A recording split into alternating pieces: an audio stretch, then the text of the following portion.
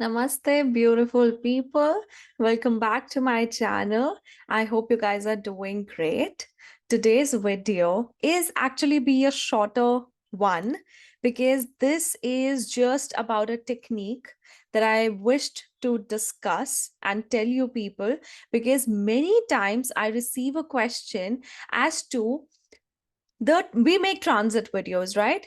And many people ask this question that which transit is going to affect us the most. So all the time planets are revolving, moon is revolving, moon is transiting every 2.5 days, sun is transiting every month, then Venus is transiting, Mars is transiting. So how are we going to receive the effects of these planets, and who is going to receive the most benefits or the negative or any sort of effects? So first things first, please subscribe my channel and hit the bell icon. If you guys want to have your personal readings from me, please check out the link in the description box, www.anmollastrology.com. Under the reading and unique reading section, you can book a personal reading for yourself. Under the courses section, you can purchase the online course. Okay, so let's get back to this topic. We know that if a person is going through a certain Mahadasha, Antardasha, Pratyantardasha, and Suksham Dasha, that planet's transit would affect the most to that individual. We know about the retrograde planets, that if a certain planet is retrograde in your own chart, whenever that planet goes retrograde in the transits, it is going to affect you the most. But there is one hidden technique. There is one hidden scenario which we must know, so as to know that which houses are actually activated on the background. Whenever any planet goes through those houses, they are going to affect us the most. And for that, you just need to know your dashas. That's it. Just your Vimshotari Dasha. I will do a practical example. I'll take a random prashna and I will discuss how I am interpreting this result. But before that, just understand that, of course, like for example, a person is going through Rahu Mahadasha. Rahu's each and every transit for those 18 years is going to affect the most. If a person is going through Jupiter Mahadasha, Jupiter's transit for those 16 years is going to affect the most to you. But is the Mahadasha the only thing? No, we have Antardasha, we have Pratyantardasha, and same goes that way. If a person is going through Rahu and there is Jupiter in Rahu, then Rahu's and Jupiter, both the positions are going to affect you the most. If you have the Pratyantar Dasha of maybe Venus, then Venus aspect, Venus transit every month, is going to affect you wherever it goes, but just for the duration till the time when Pratyantar Dasha of Venus is activated.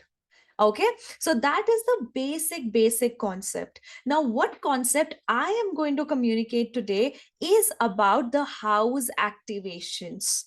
So based on your Mahadasha, whatsoever houses are activated in your chart, any planet transiting through those houses are going to affect you. Now, please, in my previous video of wealth, I saw a bit of comments about people, randomly just bringing in the topics that you didn't consider. Ashtak Varga, you didn't consider this, you didn't consider that. Please understand the fact that I cannot make a video with everything in just one video. I am trying to segregate all the segments. I'm trying to segregate everything for you. So that's why this particular video is focused just on the technique I am discussing. So please do not waste your and my time by just commenting below that this is not what you mentioned, that is not did you consider, because I know Ashtak Varga is also very important factor, but still today's technique is just about the activation of the houses, right? Just a second, my daughter is outside. Yes. So just like, let's take an example. I want to actually show you in the software that how we are going to analyze this. So I'm randomly taking right now time and everything, and this is the uh, prashna that I've gotten, right? So now how we are going to interpret this? Let me activate this. Okay.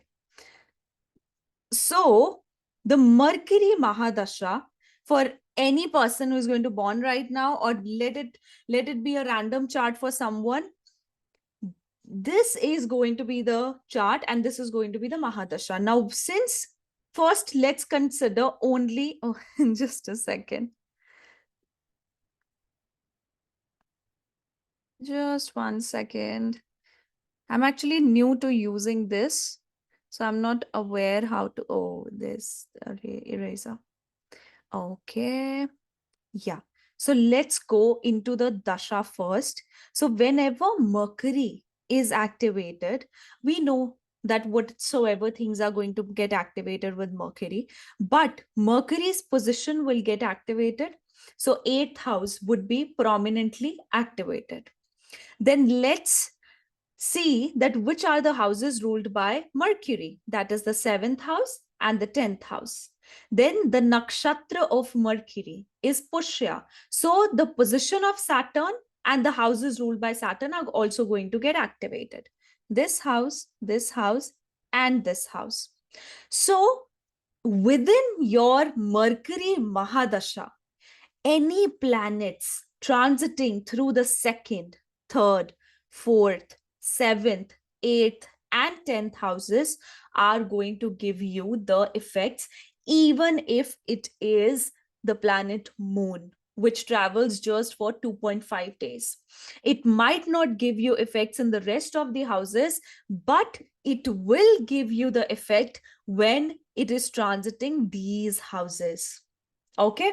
Now, you can even do that with Pratyantar Dasha. Now, you don't have to, just discard all of these houses. They are going to stay there with Mercury. But now let's come to that Venus. Let's come to what houses Venus activates.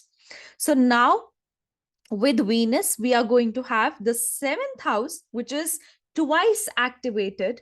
Then Venus rules the sixth house and it rules the 11th house. Right. So, particularly in Venus's Pratyantar Dasha, whenever any planet which is going to transit, of course, since it is in Punarvasu Nakshatra, the placement and houses of Jupiter are also going to get activated. So during Venus's Pratyantar Dasha, any planet transiting the first, the fourth, sixth, seventh, and 11th, that is going to be highly, highly activated, and that is going to give you the effects. Whether that planet is malefic in nature or it is benefic in nature, but it is going to give you effect. Now, for example, if suppose Mars was traveling into certain house, maybe Mars whenever it comes into your seventh house during your Venus's antardasha, it is going to give you certain disagreements with them within the marriage and with the spouse, but it would also make you very much involved adventurously with your partner. You guys might start gym together, you guys might start some creative hobby together. So that is what takes place, and that is, to everyone who will have the activation of that house, they are going to get affected with it. Like for example, if suppose this Mars at some month is transiting your fifth house has not been activated in Mercury and Venus, so it is going to give you neutral effects. It is not going to give you very, very prominent effects that basically disturbs your routine, that basically have an impact over your life. Okay, so that was the theory. Now we can even go more ahead. Suppose just 1 second. Yeah, suppose we went into the Pratyantra Dasha, which is moon. Now, again, see the activation of moon. Now, moon is in the fourth house and it activates the fourth and the eighth house, right? Whichever houses are going to have more ticks, they will have the more impact in your life. That means during Mercury, let me first complete with moon. So moon is in Revati, then we are going to take the placements and the houses ruled by Mercury. Now understand this thing not just for transits but for the dasha analysis as well, that with whenever Mercury, Venus and moon starts for this individual, this individual is going to have the fourth house, seventh house and eighth house theme at the most within their life, and any transits happening in the future in this particular houses is going to affect them the most. Now let's just erase this and let's just take the same chart but a different mahadasha to understand it more better. Okay, just a second.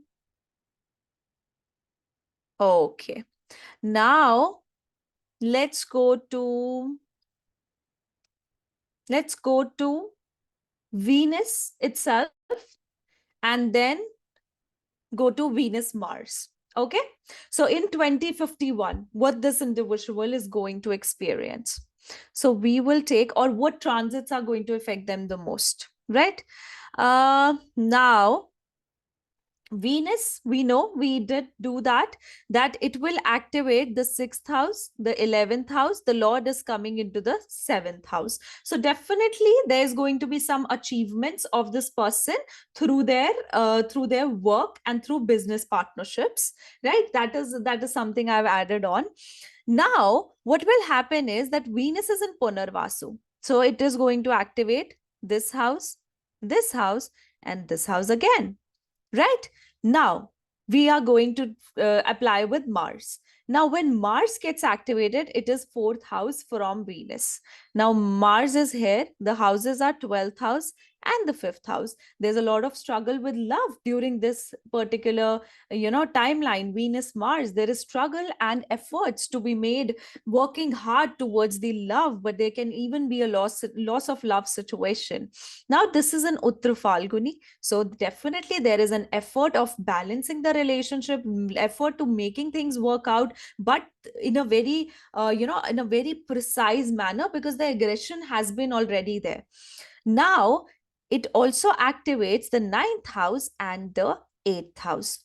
So now about the concept that which houses are going to get affected. The first, fourth, fifth, sixth, seventh, eighth, ninth, 10th, 11th, 12th.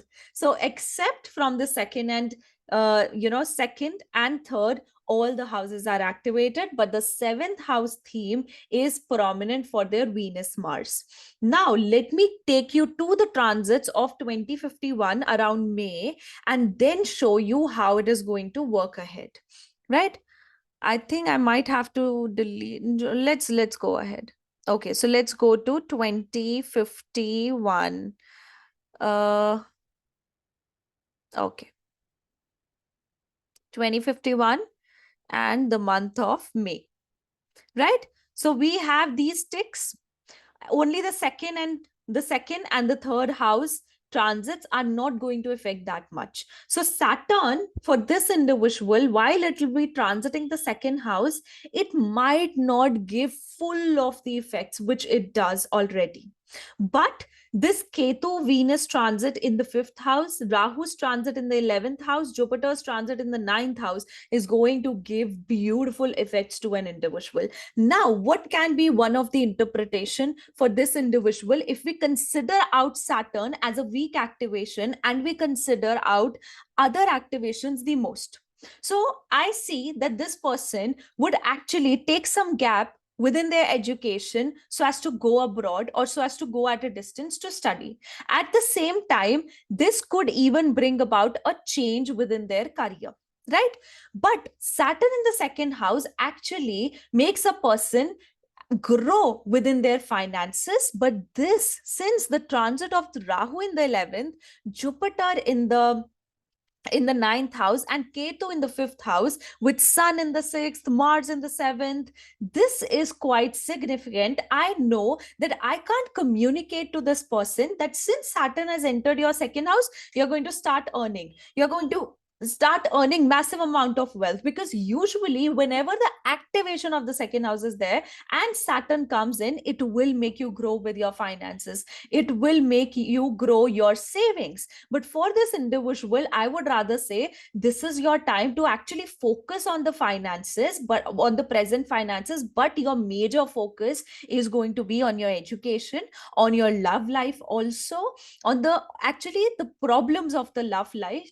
At the same time, it is going to be about your education and travel and some recognition as well. Okay, so that is going to be the interpretation, the basic, simplest interpretation for this individual for that timeline. Okay, I'm just trying to tell you that how, we are going to see that which houses are going to give most effects and which are going to give lesser effects. That's it. That's the purpose here. Okay, guys, let me just, yeah. So this was what I wanted you guys to know, and I hope this is going to be understandable with a lot of you. So this was the technique. This was the video. We'll see you with the next topic on a next day. Till then, take care. Bye bye.